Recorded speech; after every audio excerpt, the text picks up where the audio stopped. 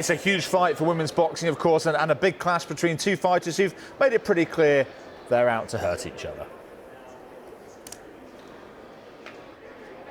Yeah, it's a rematch. They don't particularly like each other, but it was a great fight, like you said. I'm going to step straight out because it's happening behind us. This is the first fight, face-off between Mikaela Mayer and Sandy Ryan. The first face-off of Fight Week, I should say. The WBO welterweight champion. You can see the belt on Mikaela Mayer's shoulder.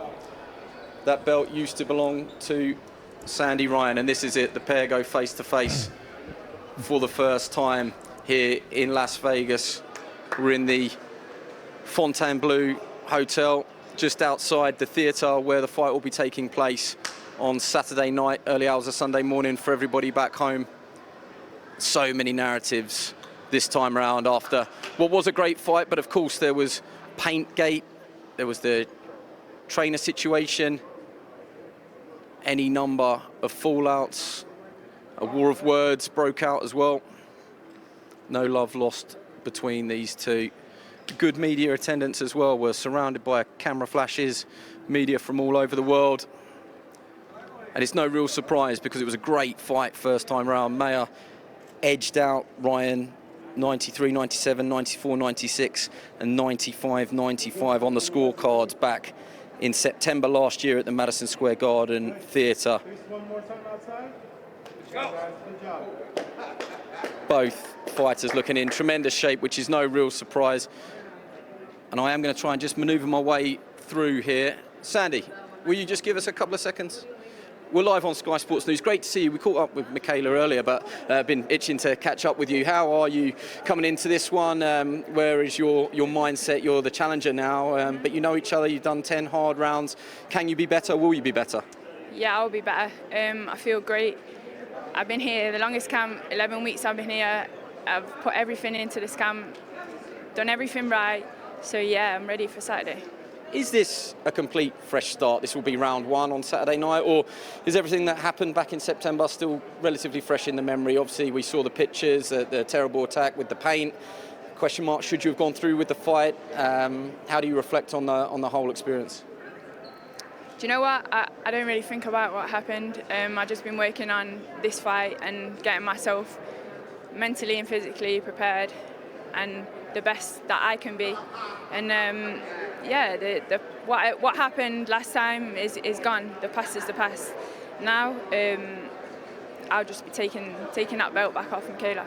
What about the approach? I mean, is it just minimal, fine changes? You know, you weren't a million miles off in the fight. It was a close fight. I'm sure you and your team felt like it could have gone your way on another night. Is it just small changes rather than a wholesale different approach?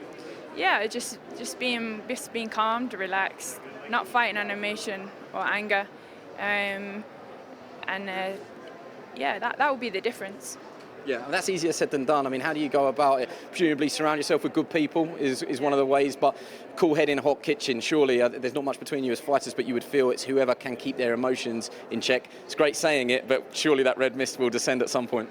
Yeah, look, I've got a great team behind me, close, tight-knit team, and we're ready for anything Saturday night.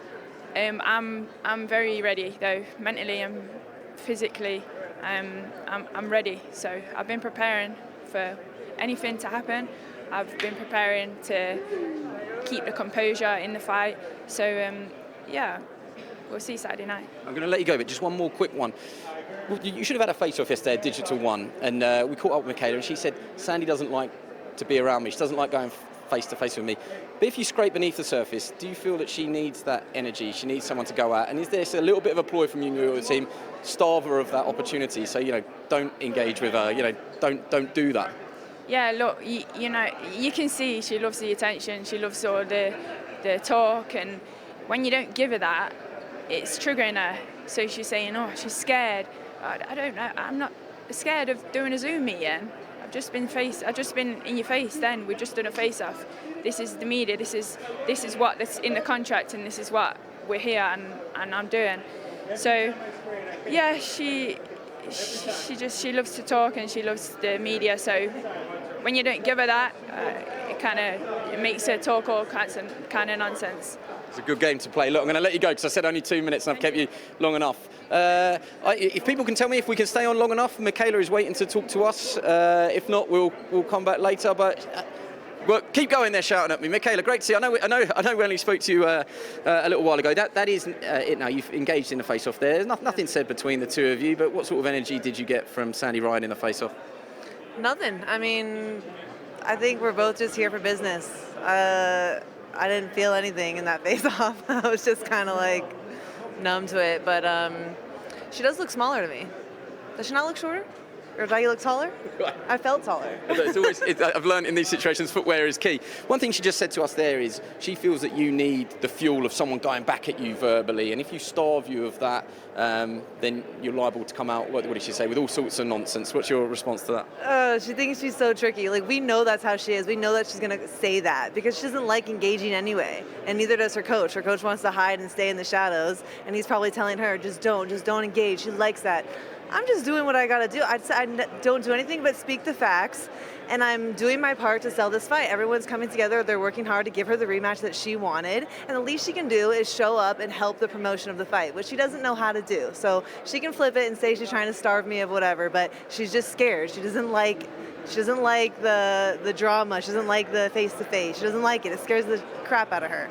Okay, I think that's just about okay. May I ask you about selling the fight? There was rumours online. I have no idea if it's true, but you can tell me the truth. You can see they've been very clever with the artwork behind you there. There's obviously paint on the artwork. Someone told me that there may be a sponsorship deal with the cheek of your shorts, that you may well have done a sponsorship deal with a paint handprint. Is that true?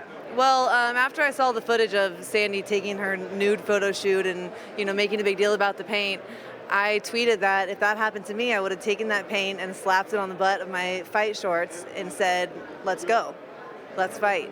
And I guess the podcast that I'm close with, they heard about that and they decided to take that red handprint and put their podcast logo on it, and it'll be on the butt of my fight shorts. Well, there you go. Sponsorship and marketing is the aim of the game.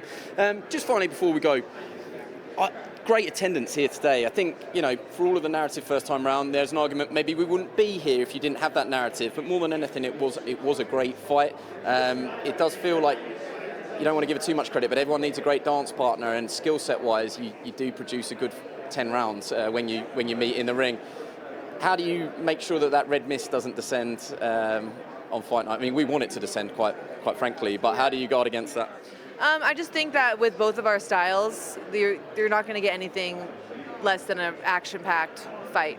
We both have that amateur pedigree, so we have a ton of experience, and we're really, we're technically sound fighters. As much as me and Sandy go head-to-head, like she is where she is for a reason, and she's been doing this a really long time. So it's always great when you have really two high-level females going at it and putting on a showcase for women's boxing, show how far we've come. So no matter what, you're going to get an action-packed fight just because of the styles that we both bring to the table. If she is, or people around her are saying, look, you didn't get the best of Sandy Ryan last time because of the incidents that happened on fight night, would you be confident enough to stay here now? Well, hopefully I get the best of you on Saturday night and you can beat the best that Sandy Ryan brings.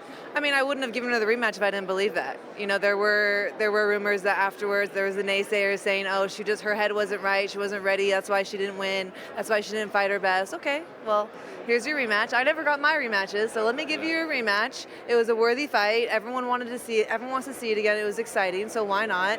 And I'll just go in there and do it better.